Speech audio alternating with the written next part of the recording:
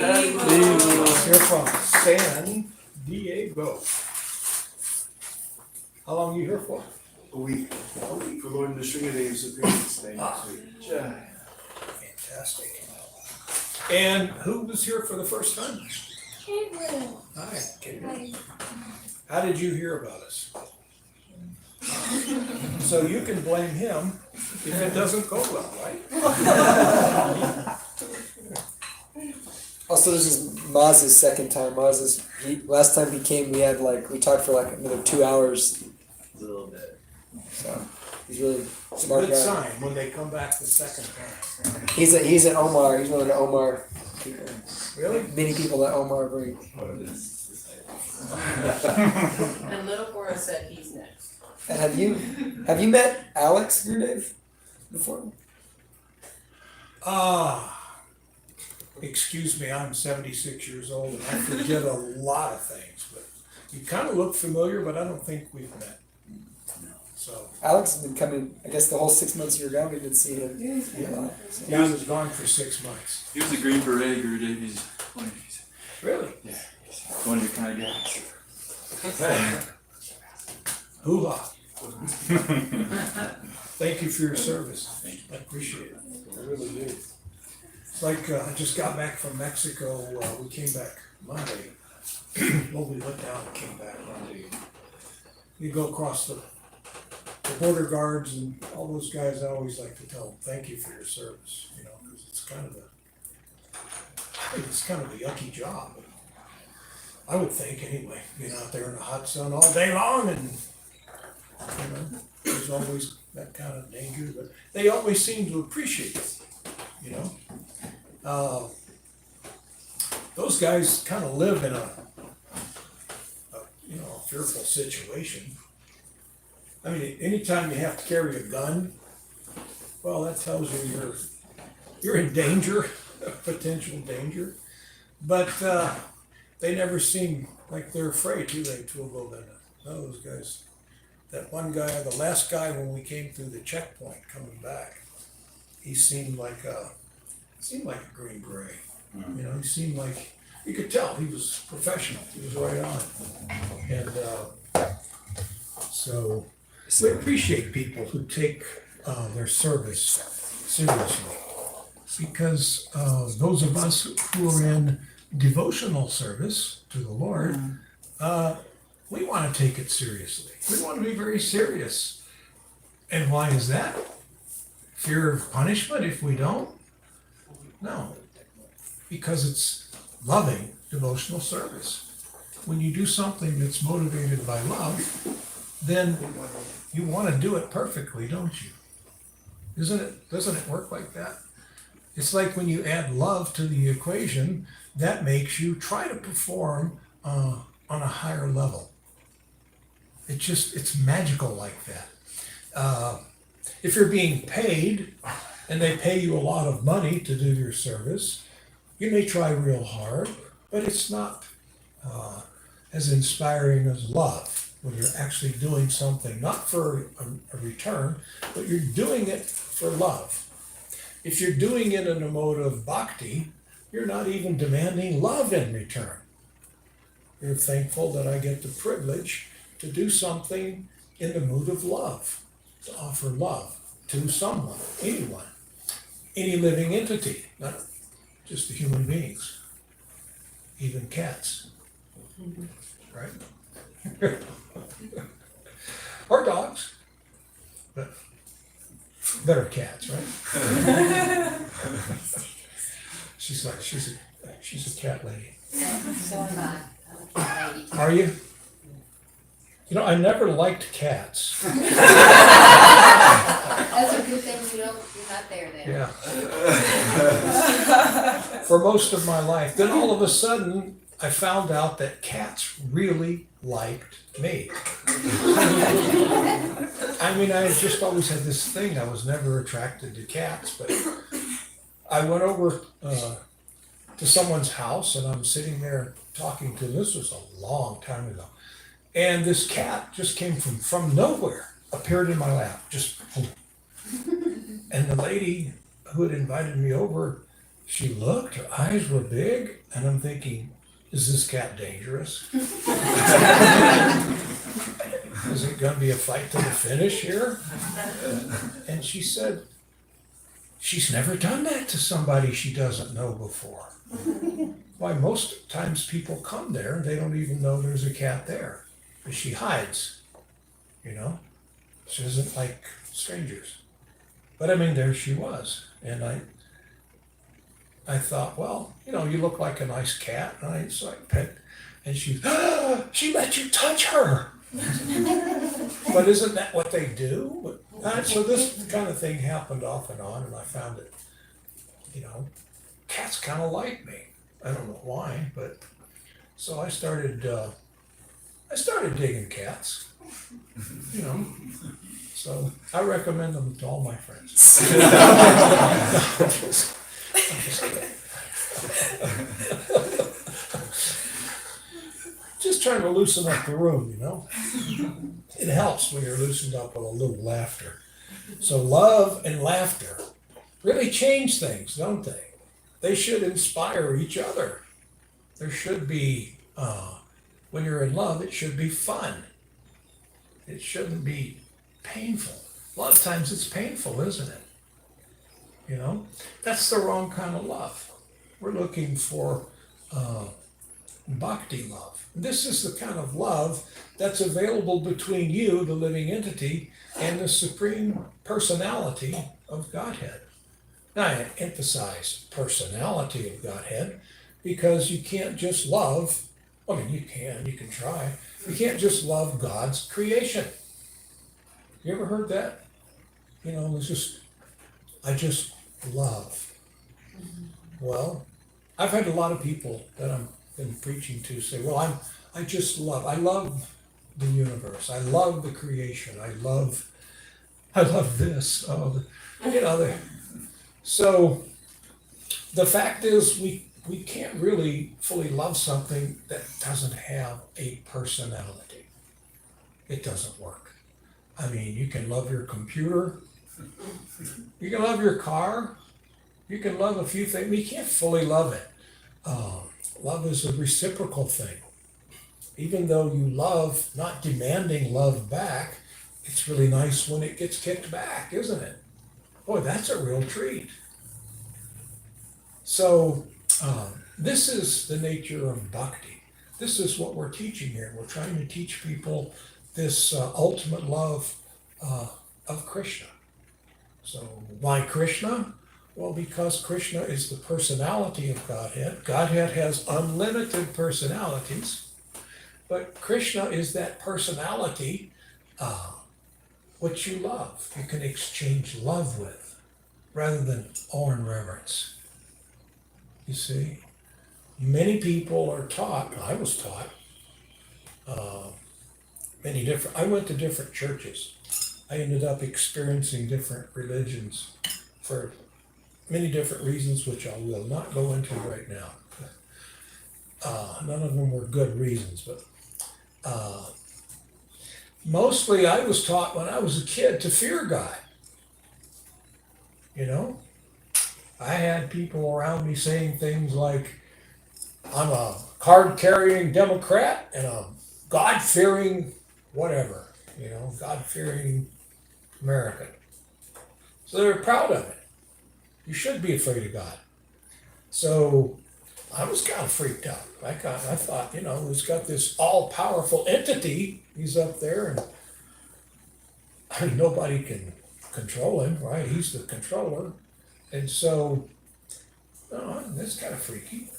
So I would pray at night, you know, basically, don't send me to hell. Hey man, I'm trying here. I don't know what you want, really.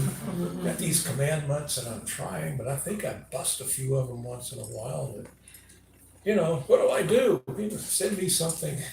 Send me a sign. So, and we have so much fear. I can remember I was afraid there for a while that I was going to have to go to Vietnam. The government tried 3 times to send me to Vietnam. I didn't want to go.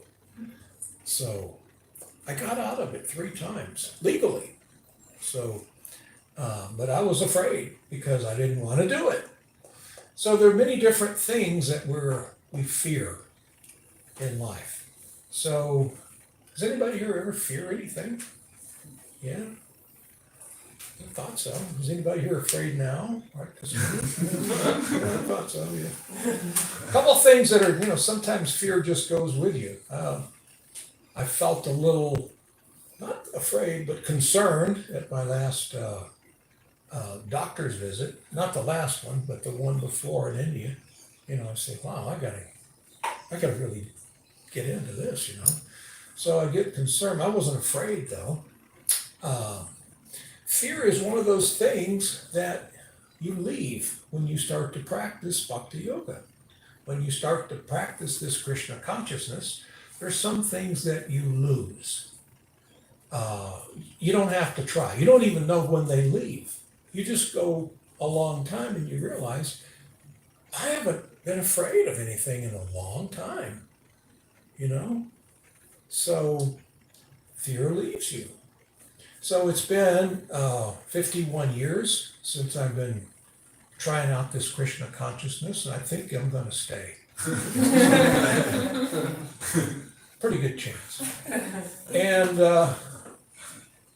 so it's been a long time since I've been afraid of anything. Tamal Krishna Maharaj, one time, a dear friend of mine who's left us, he once said that I don't have enough brains to know when to be afraid, because there were a couple of times when I was in a situation where I probably should have been, but I wasn't. But it got me through it. Because I wasn't afraid, I got through it. And then later on you think, wow, that could have really gone bad. But so I remember what fear is, but I don't remember what it tastes like. It's like I quit eating meat 51 years ago. I remember what it is, but I don't remember what it tastes like. So fear is like that. You lose it, and after some time, you know the definition, and sometimes you might even know, I should be afraid, or I should have been afraid. But I don't know, I don't remember exactly what it's like to be afraid. So, and by the way, stop me at any time, almost any time, with questions or conversation. And at least through the discussion, let's try to stay on topic. Towards the end, you can just go all over the place. We don't care. Okay? So this is more of a discussion than a lecture. Don't you hate lectures? Everybody hates lectures. Discussions are fun though, right? I would rather discuss. So you're going to help me discuss, aren't you? Because I need to make sure this guy asks at least one question, okay?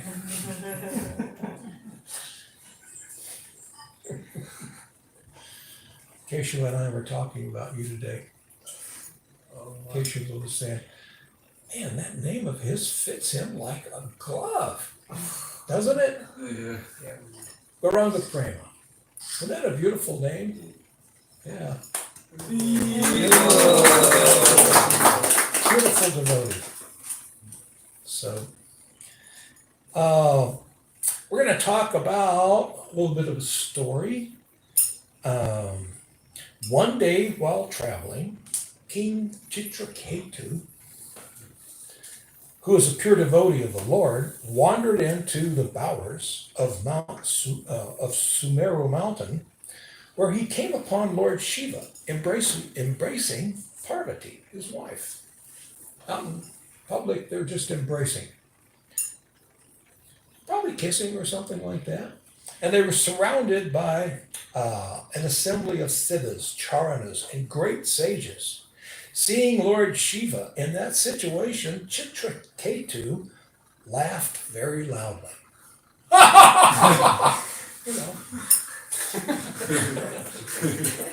So it's probably not the most proper thing, to embrace and get all lovey-dovey in public. So King Chitraketu found it funny. you know, so he laughed. So, Lord Shiva's wife, Mother Parvati, she didn't like that.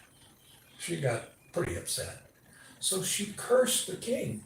He's a pure devotee of the Lord, but she cursed him to take birth as a demon. He was a great devotee. So I curse you to take birth as a demon.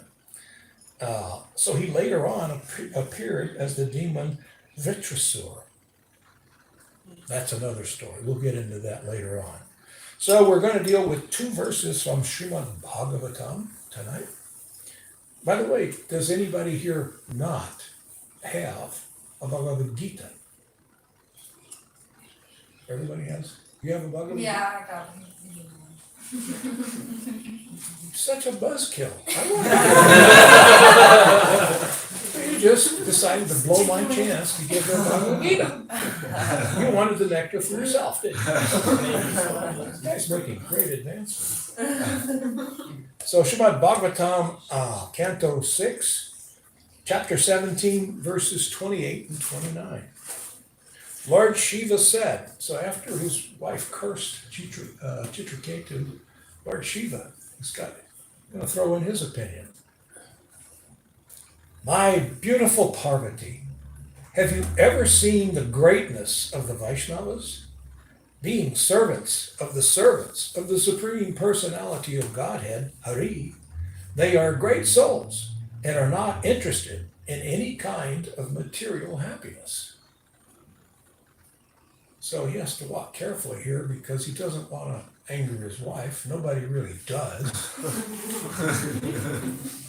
You do, but you don't want to, you know. So he's being careful. Srila Prabhupada says, Lord Shiva, the husband of Parvati, told his wife, my dear Parvati, you are very beautiful. See how husbands have to learn how to deal with their wives? You're very beautiful in bodily features. Certainly you are glorious. But I do not think that you can compete with the beauty and glory of devotees who have become servants of the Supreme Personality of Godhead. Whoa. I mean, she just cursed somebody. I mean, of course it's Lord Shiva. He's got some courage, even around his wife. So he's telling her, don't you realize the greatness of a devotee? He refers to him as the servant of the servants of the Lord. Those are the highest servants, those who serve the servants. Well, they're so great. I mean, he was trying to say, you shouldn't have done that. But he said it in a husbandly way, you know, because he wanted to continue hugging her. You know, husbands have to think like that. So, of course, Lord Shiva smiled when he joked with his wife in that way, for others cannot speak like that. Now, if somebody else in the assembly had said that, well, it would have been like curse number 2. Oh, so you want some too? Who else? So, but Lord Shiva, oh my dear wife, you're very beautiful, but you're not as beautiful or magnanimous as the devotees of the Lord. So, Prabhupada goes on, the Supreme Lord, Shiva continued, is always exalted in his activities. And here is another example of his wonderful influence upon King Chitraketu, his devotee. Just see, although you cursed the king, he was not at all afraid or sorry. Rather, he offered respect to you, called you mother, and accepted your curse. Thinking himself faulty, he did not say anything in retaliation. So this is the nature, this is the heart, this is the ego of a Vaishnava, the devotee of Krishna. Yeah. Thank you. Parvati's a servant of a servant also. So she was a servant of Lord Krishna, and Parvati being his wife is his servant. So Good point. maybe that's why Yeah. Chitraketu could see that. There might have been some discussion between the couple later on after this when people had left. Wait a minute, I'm the servant of the servant too. You know? If there was, I'm glad I didn't. I'm glad I missed that one. But that's a good point.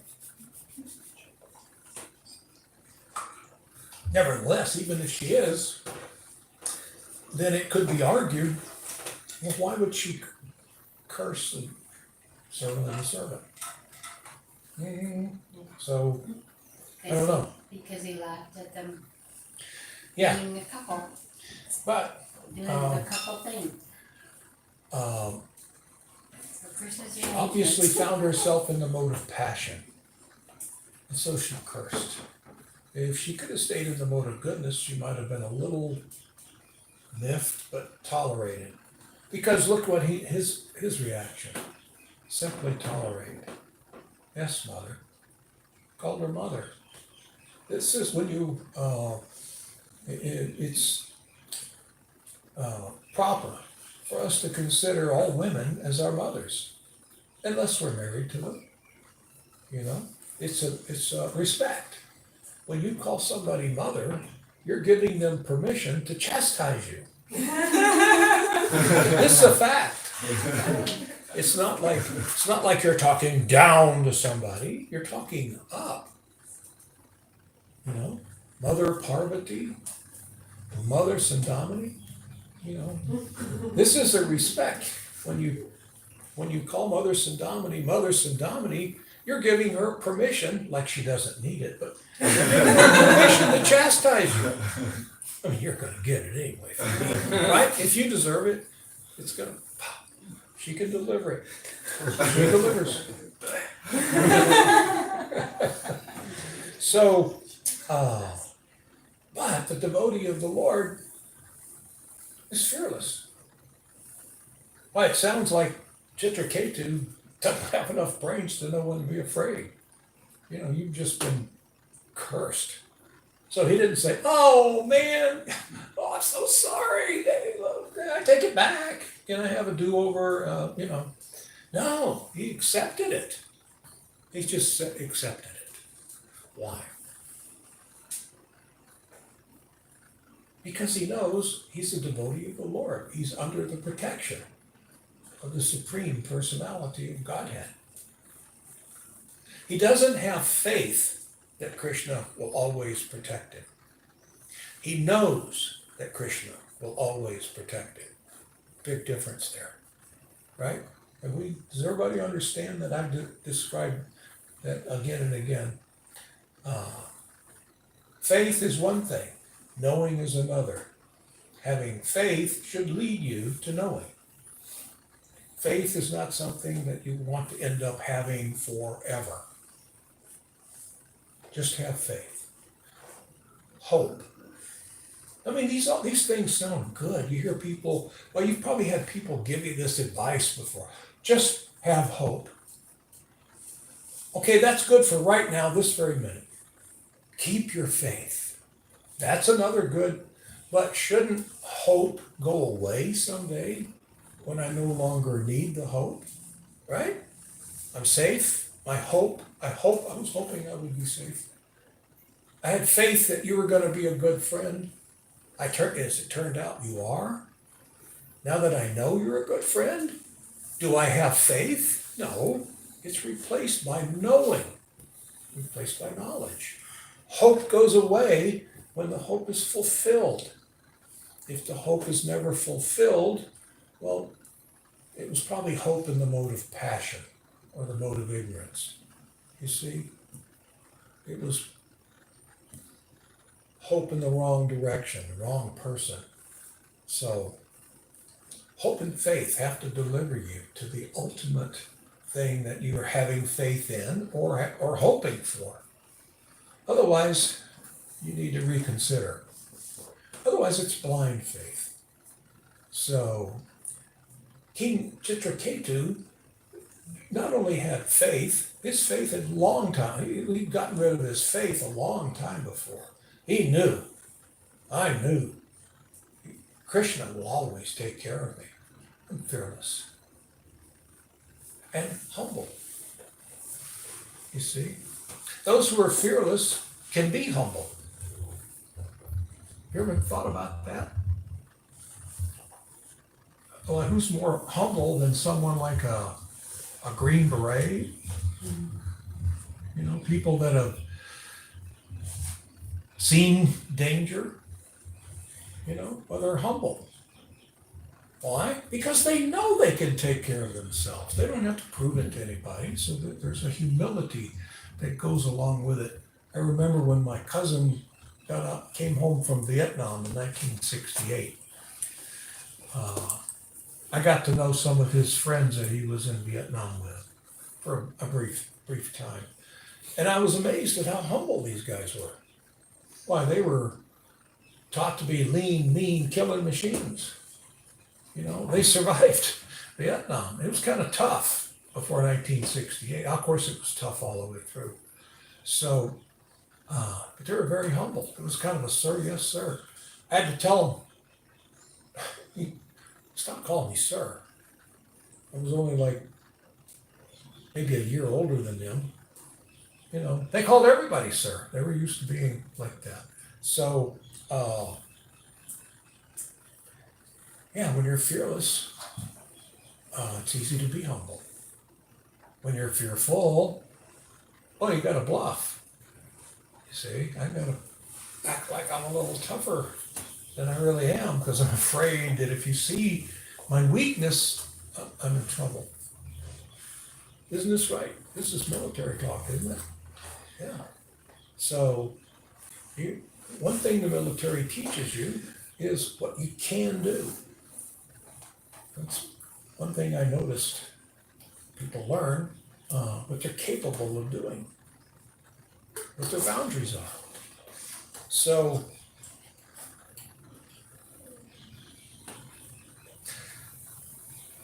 this is the excellence of a devotee, Srila Prabhupada's words. By mildly tolerating your curse, Lord Shiva is still speaking, he has certainly excelled the glory of your beauty and your power to curse him. Oh my God. He is walking, he's taking a chance here, isn't he? Not only is Mother Parvati very strong, but she's demonstrated that not only can she, but she will curse you. But he's Lord Shiva. So he's got some confidence here. I can impartially judge that this devotee, Chitraketu, has defeated you and your excellence simply by becoming a pure devotee of the Lord. He's a pure devotee of the Lord. My dear wife, he's stronger than you are. You can curse him, but he'll do no good. It's useless to curse him. He's still going to remain the same. You can curse the devotee, but he doesn't try to hit back. Well, that's useless. Why? Because I'm the servant of the servant, Krishna. If anybody needs to be hit back, Krishna will take care of it, won't he? What is it? Is it like I'm thinking that sometimes Krishna's looking the other way, and so now I have to hit back? No, Krishna's always looking our way. He never looks away from anybody, from any living entity, ever. Not even for a nanosecond. You see? He's your dearmost friend, Shridam Sarvabhutanam. He's the dearmost friend and ever well-wisher of all living entities. That would include you. And probably you too. So, King Chitraketu knew this. I don't have to defend myself. It's not necessary. Krishna will protect me always. So if this curse is going to be, if it's going to hit me, I'm a devotee of Krishna. Krishna will keep me in his devotional service. So if I am to be a demon, I'll be a demon to serve him. So I have no cares. I have no worries.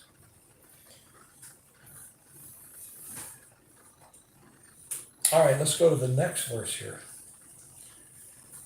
Lord Shiva continues, devotees solely engaged in the devotional service of the Supreme Personality of Godhead, Narayan, never fear any condition of life. For them, the heavenly planets, liberation, and the hellish planets are all the same. For such devotees are interested only in the service of the Lord. You can serve Krishna with love and devotion no matter where you are. Doesn't matter. So, liberation. Lord Shiva points out that liberation is something that we all want when we take up spiritual life, isn't it? It's like Christians want to go to heaven. Everybody has some place they want to go, right? No matter what religion. There's some place, if I do this, if I'm a good boy and I'm not a bad boy, then I get to go here. What's it like? Oh, wow, it's just fabulous. So I get this reward. And so that's okay, that's pious. It's okay for us to think, if I practice this Krishna consciousness, I'm going to go home. I'm going to go live in Krishna's abode. And it's a great place. Why, it's fantastic. You can go on and on and on for forever describing the glories, the beauty of Krishna's abode. And I want it. Now that's pious. But at some point, as you advance and you develop your love for Krishna, that desire for liberation is going to fade and fade and fade until it disappears. I'm not asking you for liberation, Krishna. I like the taste of this devotional service. Why, this is what I do as a living entity. This is me. I've found myself. You hear people all the time telling you need to find yourself. What is yourself? Yourself is a loving, devoted servant of Krishna. Emphasis on loving. That taste is so sweet that is the reward. As soon as you take it up, you've won the trophy. The devotee may be looking forward to liberation.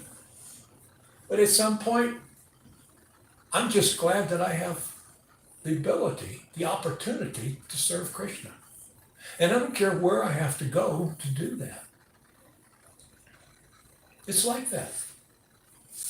That doesn't mean you're never going to go back to Godhead, back to home where you came from. But it means that you will serve Krishna wherever he wants you to. Because it's not the going home that's the award. It's the serving that's the reward. That, in and of itself, is all you'll ever want. Just that ability to show my love to Krishna and to my spiritual master. To demonstrate some gratitude, thankfulness, love, however I can. So if we need to do that, for us to feel happy, Krishna will empower you. He will empower you. He'll give you faith. Until you no longer need faith. Until you get to the point of knowing. When knowledge comes. So I'm going to pause here before serve out and see if there are any questions, comments. Yes. I had kind of a question from earlier. You were saying how faith and hope leads to knowledge. Are you saying then that you cannot attain knowledge or reach knowledge without having faith and hope? Well, it's like, let's say you want to become an attorney. So you go to law school. You got to place your faith in those professors. I mean, if you want to learn music, you got to have some faith in the guy who's teaching you music, or medicine, or accounting, automobile engineering, repairing cars. You got to have faith in your teacher. It requires it. You see, if you get into a situation where you're getting an education, say as an accountant even, and you don't have faith in these guys, you need to put it in reverse and back it out. Go somewhere else. So you need to be a qualified student. Find a qualified teacher and be a qualified student for this learning process to actually happen. Otherwise, if you have doubts in your teachers, you may learn something, but you're not going to learn well. So we have faith in all, so many times, so much. Why? The advertising industry can get you to have faith in just about anything.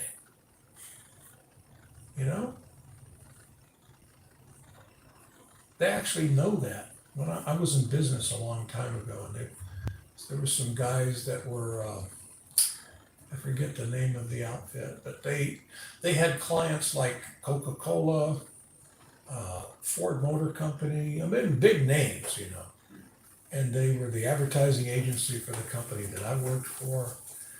And these guys would say, look, this is a cakewalk. We know how to turn them on. And they did. They would demonstrate the segments of the advertising process. You see, how to get people to have faith in your product. I mean, you look around at some of these products, if you're on the side of the manufacturer or competing with the manufacturer, you can see the obvious defects in design, but the people who buy them, they don't know why they have such faith. This is the best product. Well, no, it's not. An engineer can tell you. I was talking to a highly accomplished software engineer, Indian-bodied software engineer. These guys are usually great geniuses, And he was telling me that from an engineering standpoint, the Android platform is superior to the iPhone. And probably if he said that in this room, you would hear, suck all the oxygen out of it. How can you say that? We have faith. And you say, no, I mean, if you look at it as an engineer, check this box and this box, look at this. This one's not tremendously, but there are things where he said, but it's accepted that this one is far better. This is not far better. It's just, in some cases, it's a little better, but in some cases, this one's a little better. But the engineering, the advertising people can, if they're good, they can make you believe, they can paint that picture that you're losing out, buddy, if you don't have this. Like, look at all them. Don't you think those guys over there are way cool? Don't you want to be like them? Well, then you got to buy like them.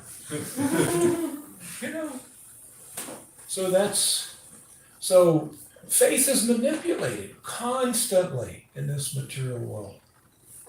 You have someone trying to manipulate your faith all the time. Can they deliver?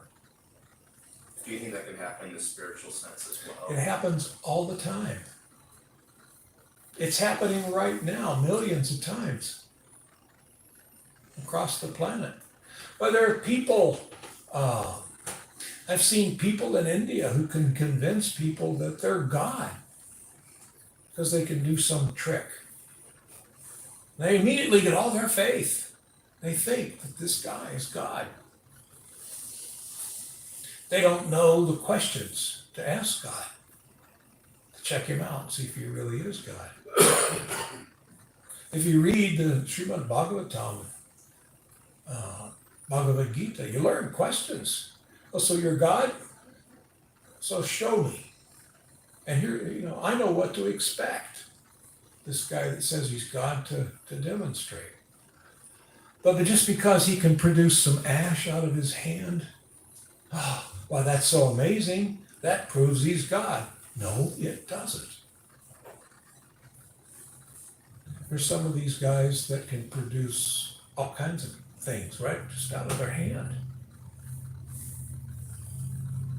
And yet, they're in material bodies. They've got the same problems you have. Birth, death, disease, old age. They're looking for money, and they've learned how to get it. They've learned how to get your faith, how to manipulate your faith. But they can't tell you how to escape another death by escaping another birth. It's like Srila Prabhupada one time, someone was,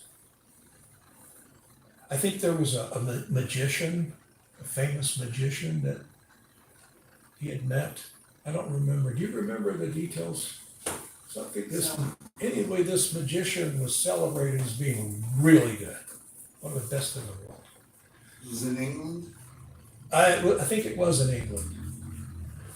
And Prabhupada says, the biggest magic is to prevent someone from taking another birth. Can you do that? He said, no, I can't do that. Can you actually tell someone who they really are? No, I can't do that. Can you actually tell someone who is God? No, I can't do that. Then your magic is useless. Make things disappear. Make things appear. Entertain. Collect some money. Probably wished him well, So, it's not our business. If you perform certain types of yoga, you can develop mystic powers. This is real.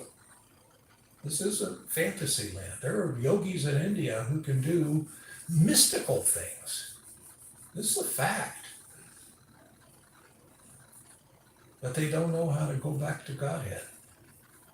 They don't know. They haven't gone that far in their spiritual life.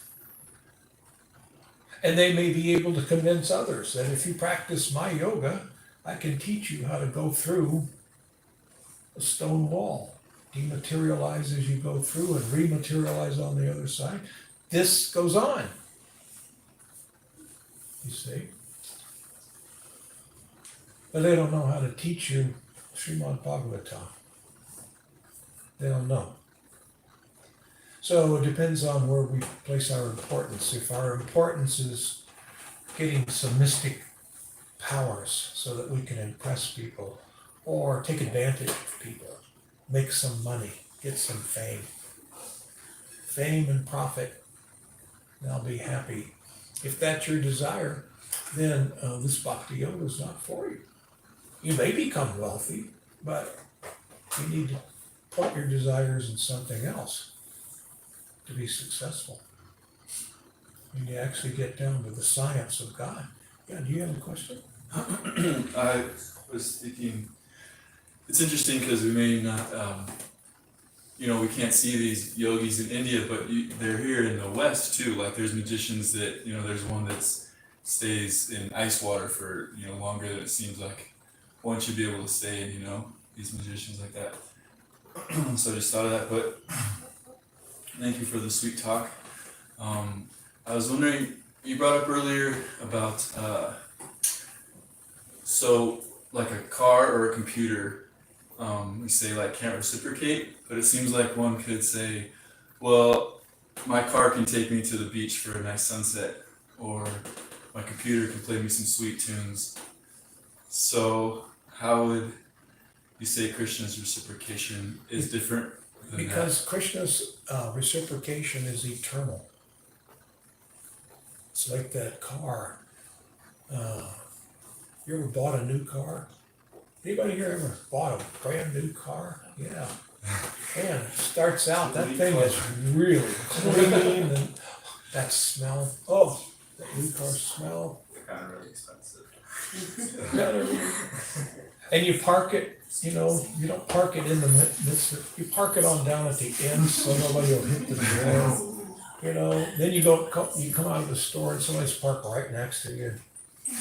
You know, so you get this new car and it doesn't take long before it's just not a new car anymore. It's a used car. And before long, oh, wait a minute, we don't say that. It's a pre-owned, no, it's not pre-owned because okay, so it's used. Right when it drives off the lot, right? Yeah. It decreases. And pretty soon after that, it's an old car. And then it starts letting you down. You know, what is this stupid light? Oh my God, no. Check engine. So all of a sudden, it's not your sweetheart anymore. You know, it's a liability. I don't know if I can take this thing to El Paso. You know, so, and your computer's the same way. It has a duration. These things have a duration because they're material. Spiritual things, spiritual relationships don't have a duration. Doesn't start, exists for some time, and then start to disappear. Spiritual love is eternal, meaning it always existed, and it always will exist. Our love for one another has always existed. We were just not aware of it. We're all part and parcel of Krishna. We've been close for eternity until we all came to this material world and lost our consciousness of who we are and what we are. You see? When we get out of this foul consciousness and get our Krishna consciousness back, we will remember when we've all been together for eternity. When we've loved each other for eternity. There was no beginning, there will be no end, and there never was a duration. It's just this illusion. This illusion that I forgot our relationship. Temporary lapse of sanity. You know? So, yeah, we can get some temporary pleasure out of material things. But, like I say, it's got that duration in there, and that kind of makes it a little sour. Thank you. Does that answer your question? Mm-hmm. Yes, Ram Nam. As a pure devotee, why would the king laugh in the first place? Well, he was too nice to say, "Stop that!" You know, what are you doing? You know. So, I guess he might have found it funny. Was he actually manifesting himself as a pure devotee at that point, or wasn't it later? Yeah, He He was was- still. he was traveling around in his airplane Right. with a whole bunch of other great souls and devotees. He was already a pure devotee at that time. Lord Shiva recognized it and pointed it out, you know, in the other verse. So, yeah, that's just the way he expressed himself. He found it funny. He had to do something. This is kind of unusual. So he laughed. So Parvati didn't like that.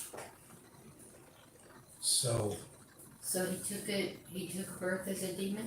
Yeah. That's a whole nother story. yeah, we'll give class on that sometime. That's an interesting story. Can you give us a short version? No. I've never ever able to give a short version of anything. I'll wander around and, you know, you'll hear the crickets outside. The sun will be coming up. Greeting. birds singing, She, Hare Krishna Cove. Good to see you again. greeted. Yeah. She found the magician story, and I was thinking, like you were talking about that devotee, just maybe found it funny because devotees are usually in a nice, cheery, laughable mood. And that reminds me of Srila Prabhupada because it says, the magician placed a coin in Srila Prabhupada's hand. When the magician commanded go, the coin somehow slipped out of Prabhupada's hand. Can you make the money come? Prabhupada joked. There's like the Krishna Balaram Mandir. Is that where that was? Yeah, I was Yeah. thinking it was, That's Vrindavan. 1976. you're good. That's Vrindavan. Yeah. Everyone's all excited. Like, oh, I'm a magician. we shouldn't be impressed if people have mystic powers. They have mystic powers, you know. Maybe somebody can hit a baseball 600 feet. So? I mean, the crowd cheers. I remember I was in, when I was a kid, I grew up in Chicago, and I went to the baseball park one day to see the White Sox play. The Yankees were in town. And so, Mickey Mantle hit a ball. First of all, he got up to the plate to bat, and the pitcher, you know, like they do sometimes in baseball, they'll throw the ball real close to the batter to back him up. So Mickey Mantle stepped across the plate and put the bat in the other hand, left-handed. And he yelled at the pitcher, he said, "Try that again."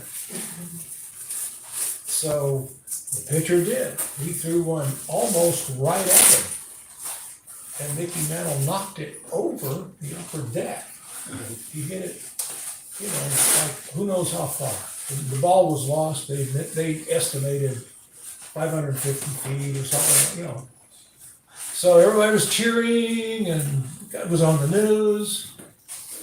And when I grew up, I remembered that moment, and I thought, so what? You know? I mean, that's mundane entertainment. I guess it doesn't take a lot at a certain level of consciousness. It doesn't take a lot to entertain you. It's like you can give a mirror to a monkey.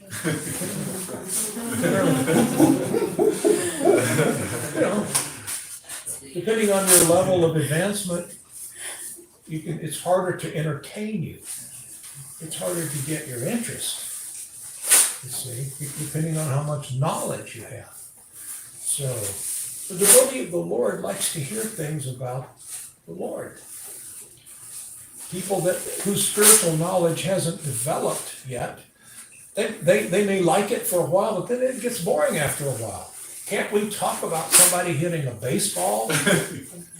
You know, or Tiger Wood winning some golf tournament, you know. Let's talk about stuff like that. A little baseball. Yeah. Because as soon as you get to a certain depth of spiritual life, it's too deep for most people. And it's only too deep, not because of their capacity, but because of their desires to be wowed by the material nature. You see? Yes? So, really good talk. I enjoyed it a lot. Oh, thank you.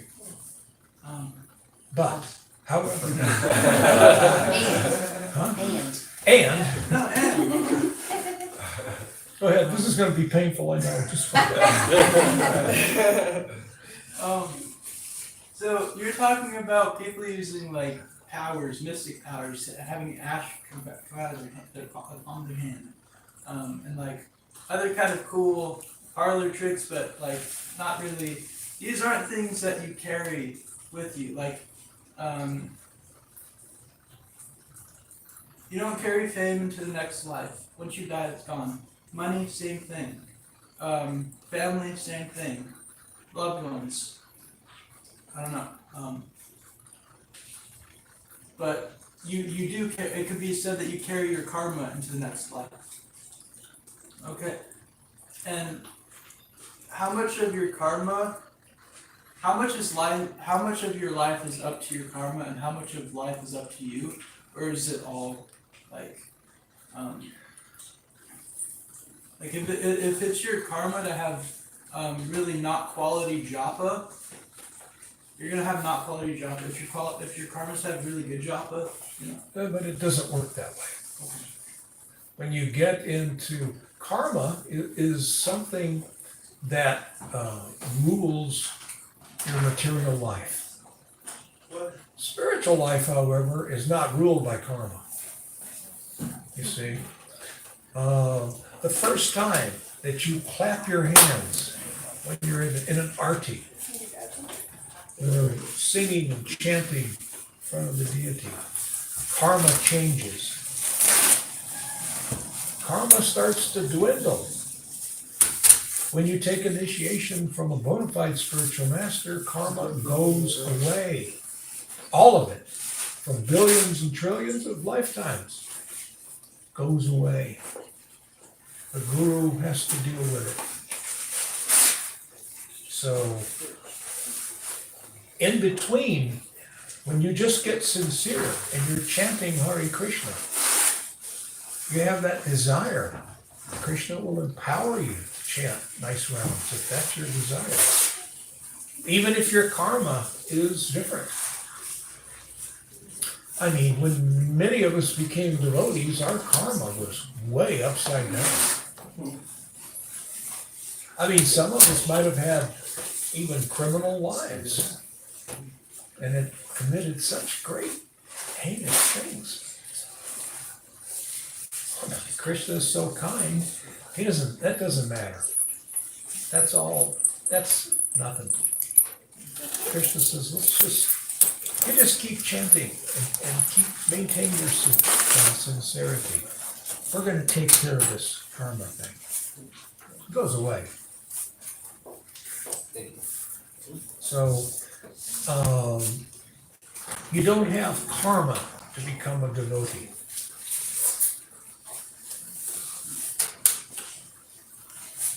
You don't have karma to prevent you from becoming a devotee.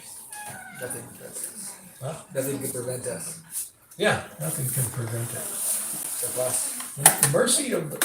By the mercy of Krishna's devotees, if you meet up with a devotee of Krishna, even though you're undeserving, you get it. When the holy name is delivered to you, that starts to change everything. Your world starts to rock. It's all pretty much finished. The beginning of chanting Hare Krishna is the beginning of the end of your material journey through this material world. It's gonna be over so soon. So soon, you're gonna be back with Krishna. I mean, even if it were, what if somebody could guarantee you that in 10 lifetimes, you would be liberated and go back to Krishna? Would that cheer you up?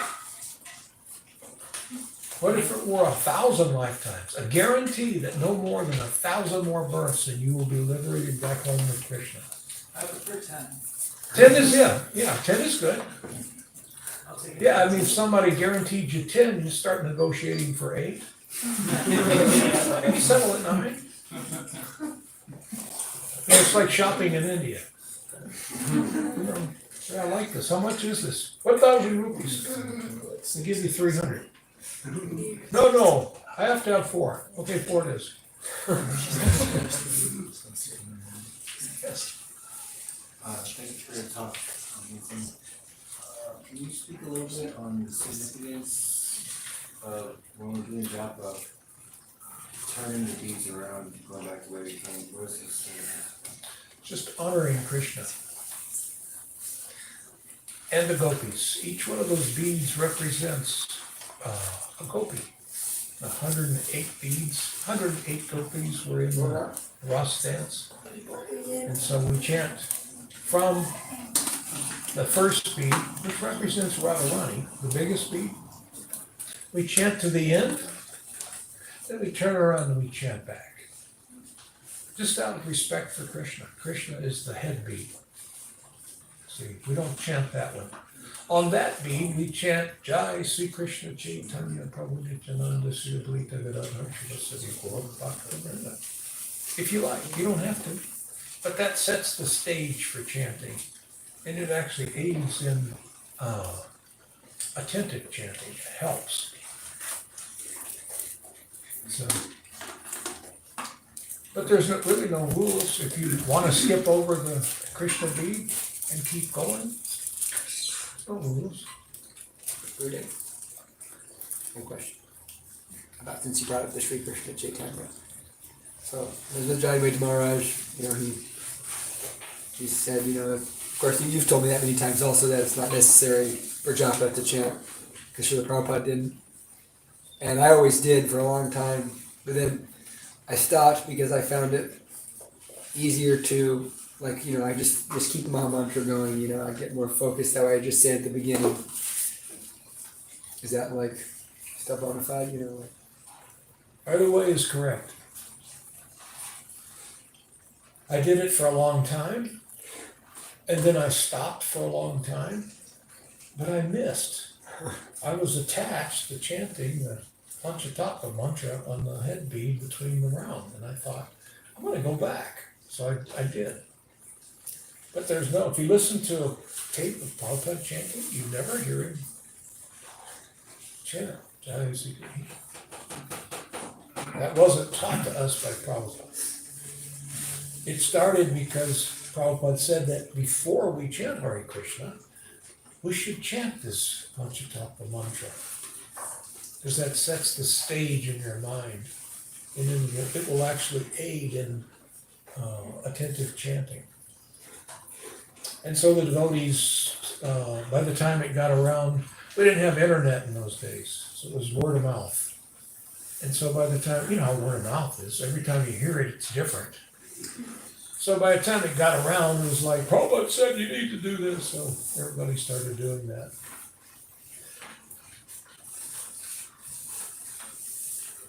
It's one good thing about the internet. I don't know. The internet can be used badly as well. But at least you can actually see on the internet what Prabhupada said, rather than hear somebody telling you something that he didn't say. And now, if somebody tells you something, you can go check it out and see if Prabhupada actually said that. So that's kind of nice. Okay, anything else? Well, thank you all for coming. It's been a pleasure. All glories to Srila Prabhupada.